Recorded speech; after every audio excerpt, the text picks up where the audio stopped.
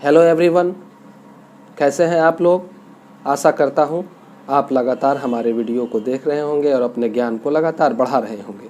आज मैं आपके सामने वर्ग 10 की चैप्टर आनुवांशिकता और जैव विकास से संबंधित भारतीय वन बुक से हिंदी माध्यम में अति लघु उत्तरीय प्रश्नोत्तरी को रखने जा रहा हूं। साथ में इनका व्याख्या भी होगा। तो इनका सबसे पहला क्वेश्चन है कि कोशिका में जीन कहाँ अवस्थित होता है। कोशिका में जीन कहाँ अवस्थित होता है का उत्तर हम जानते हैं कि कोशिका के अंदर केंद्रक होता है और केंद्रक के अंदर गुणसूत्र पाए जाते हैं। हर एक जीवों में इनकी संख्या निश्चित होती है और इसी गुणसूत्र में पाया जाता है जीन। विभिन्नता के दो मुख्य प्रकार कौन कौन से हैं, उनका नाम बताएं। तो ये दो हैं, जननिक और कायिक। जेनेटिक है और दूसरा है वेजिटेटिव, यानी कि जननिक जो है एक पीढ़ी से दूसरी पीढ़ी में स्थानांतरित होगा, जबकि कायिक जो है दूसरी पीढ़ी में स्थानांतरित नहीं होता है।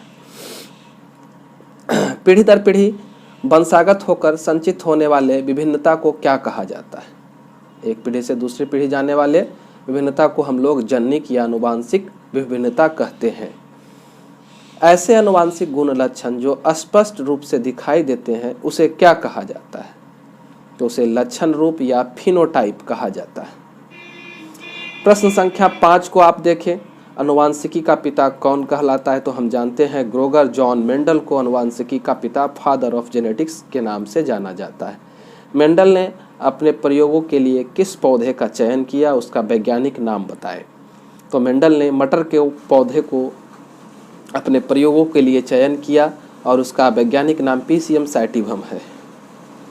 प्रश्न संख्या 7 को देखें, मेंडल के प्रयोग एक संकरण से प्राप्त जीन प्रारूपी अनुपात कितना है, यानी कि कह सकते हैं मोनोहाइब्रिड क्रॉस में फिनोटाइप रेशियो जो है, जीनोटाइप रेशियो कितना है। तो हम जानते हैं यह 1:2:1 होता है, टीटी और स्मॉल टीटी। इसमें आप क्या देख रहे हैं कि प्योर गुण जो है टॉल वाले वो 1 की संख्या में है और मिक्स वाले 2 हैं और जो ड्वार्फ वाले थे वो 1 हैं। को प्रश्न संख्या 8, मेंडल का प्रथम नियम क्या कहलाता है। मेंडल के प्रथम नियम को पृथक्करण का नियम कहा जाता है। प्रश्न संख्या 9 को देखें कि आनुवांशिकी के विभिन्नता के दो मुख्य स्रोत कौन कौन से हैं। आनुवांशिक विभिन्नता, जेनेटिक वेरिएशन का 2 स्रोत आपको बताना है। तो पहला है प्रतिलिपि निर्माण के समय फेरबदल जो होता है, जिसे जेनेटिक म्यूटेशन कहा जाता है, और दूसरा है आनुवांशिक पुनर्योग, जेनेटिक रिकम्बिनेशन। अगला प्रश्न है, किसी जाति विशेष के एक समष्टि या आबादी में स्थित समस्त जीन क्या कहलाते हैं। तो इसे जीन पूल या जीन कोष कहा जाता है।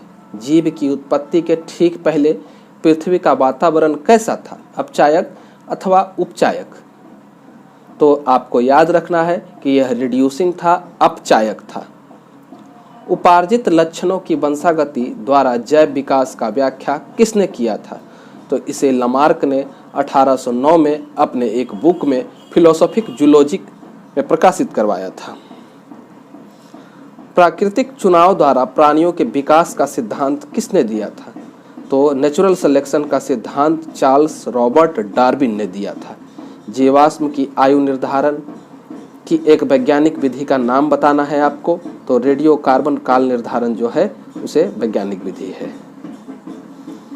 प्रश्न संख्या 15 को देखें, जीवों का वह गुण जो उसे अपने जनकों अथवा अपनी ही जाति के अन्य सदस्यों की उसी गुण के मूल स्वरूप से भिन्नता को दर्शाता है, क्या कहलाता है।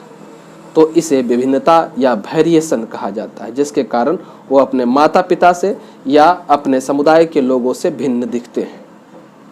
प्रश्न संख्या 16 को देखें, 16 को देखें, जीवों के शरीर में होने वाली वैसी विभिन्नताएं जो एक पीढ़ी से दूसरी पीढ़ी में वंशागत नहीं होती है, क्या कहलाती है।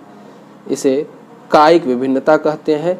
जो मनुष्य में रहता है वो आगे पीढ़ी में नहीं जाता। जैसे किसी मनुष्य के पास 6 उंगली का होना आवश्यक नहीं है कि यह गुण उसके बच्चों में स्थानांतरित होना। कोई व्यक्ति पढ़ लिख करके डॉक्टर बन जाता है, आवश्यक नहीं है कि उसके पुत्र भी उसी डिग्री को प्राप्त करें।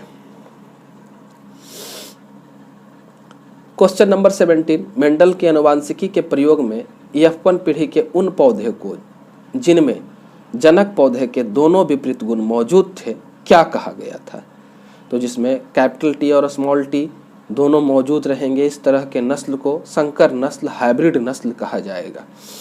मेंडल के एक संकरण के प्रयोग के फलस्वरूप F2 पीढ़ी में उत्पन्न पौधों में लक्षण प्रारूपी का अनुपात क्या था? फिनोटाइप रेशियो पूछा जा रहा है आपका इसका में, मोनोहाइब्रिड क्रॉस का फिनोटाइप रेशियो। तो यह 3:1 का रेशियो था, लंबा अनुपात बौना, 3 लंबा और 1 बौना। क्वेश्चन नंबर 19 को देखें।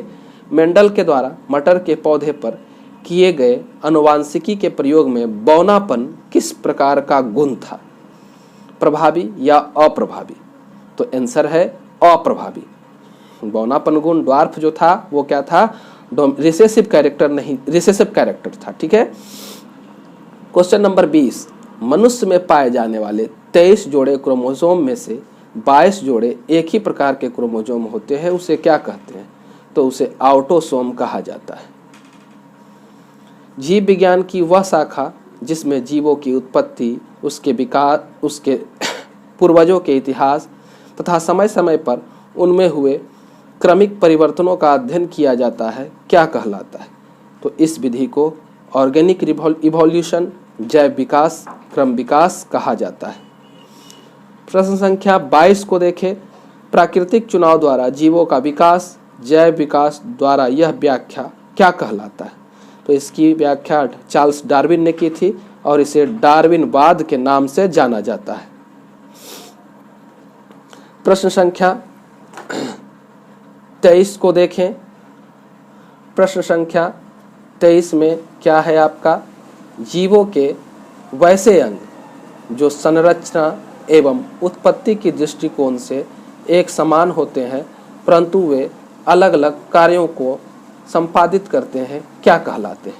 तो इस तरह के अंग होमोलोगस अंग या समजात अंग कहलाते हैं।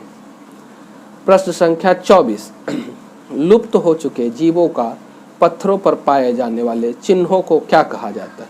इसे जीवाश्म कहा जाता है।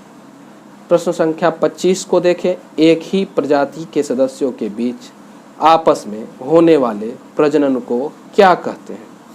इसे अंतः प्रजनन कहा जाता है, इनब्रीडिंग कहा जाता है। फूल गोभी किस प्रकार का पुष्प है? तो यह स्टेराइल फ्लावर है, बंध पुष्प कहलाता है यह। मानव का उद्भव स्थान मूल रूप से अफ्रीका है या फिर एशिया?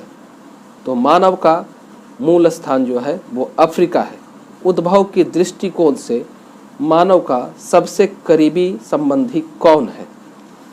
तो मानव का सबसे करीबी संबंधी चिंपांजी है। आधुनिक मानव का प्राचीनतम जीवाश्म अफ्रीका के किस स्थान से प्राप्त हुआ था? तो यह अफ्रीका के इथोपिया से प्राप्त हुआ था। प्रश्न संख्या 30 को हम लोग देखेंगे।